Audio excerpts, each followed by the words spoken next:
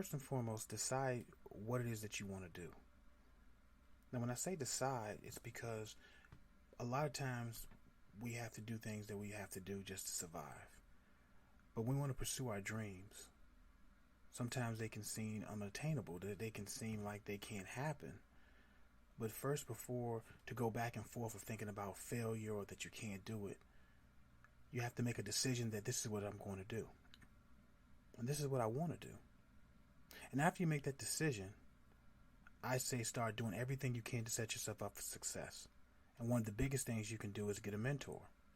But what if a mentor isn't available to you?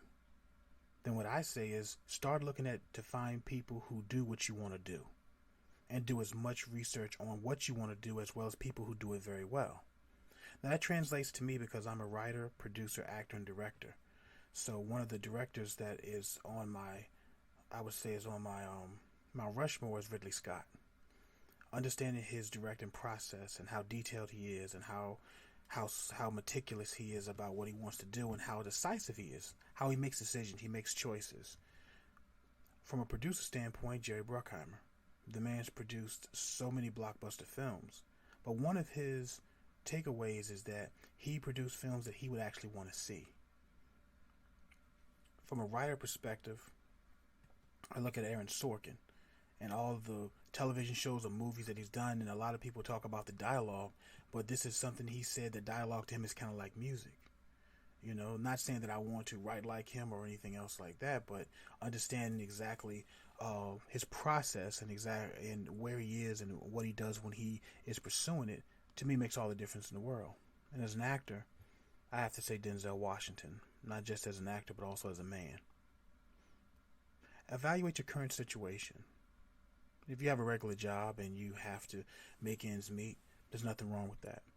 But understanding exactly where you are and how you can get to where you want to be, to me, is a recipe for success. Understanding certain expectations of exactly what you can do or what you can't do. When I talk to young filmmakers, I constantly tell them, they say they want to do a film and they want to shoot it in a month or two. And it may not be a film that you can do in a month or two. It might take 8 months to get it done. It might take 9 months. What I do know, you give yourself enough time and preparation and great things can happen. Who do you admire? What's their process? Do you agree with their process? Because it's all about making decisions. What's best for you? Doing as much research as you can. Interning if you can. You know, finding out as much about the world to set yourself up for success. Putting together a business plan. Putting together trajectories, even if it's not a 6 month trajectory, even if it's a 2-year trajectory.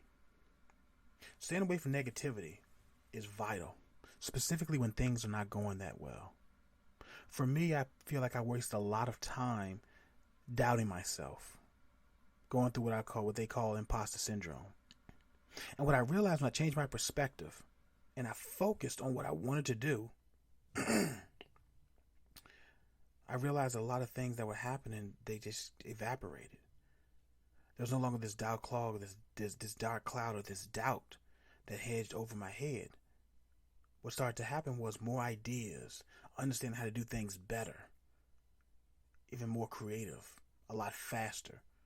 You know, I started to kind of go into kind of a warp speed type of situation where I understood what I wanted to do, how I wanted to do it, and what I needed to be done.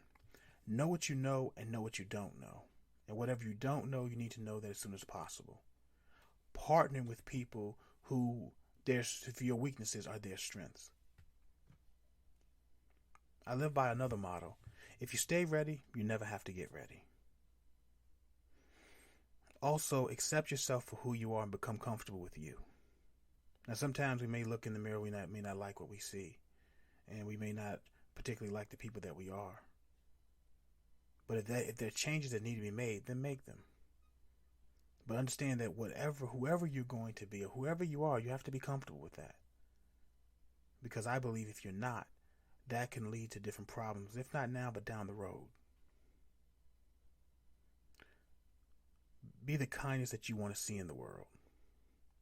I used to work with people that I felt like were not very professional or very kind.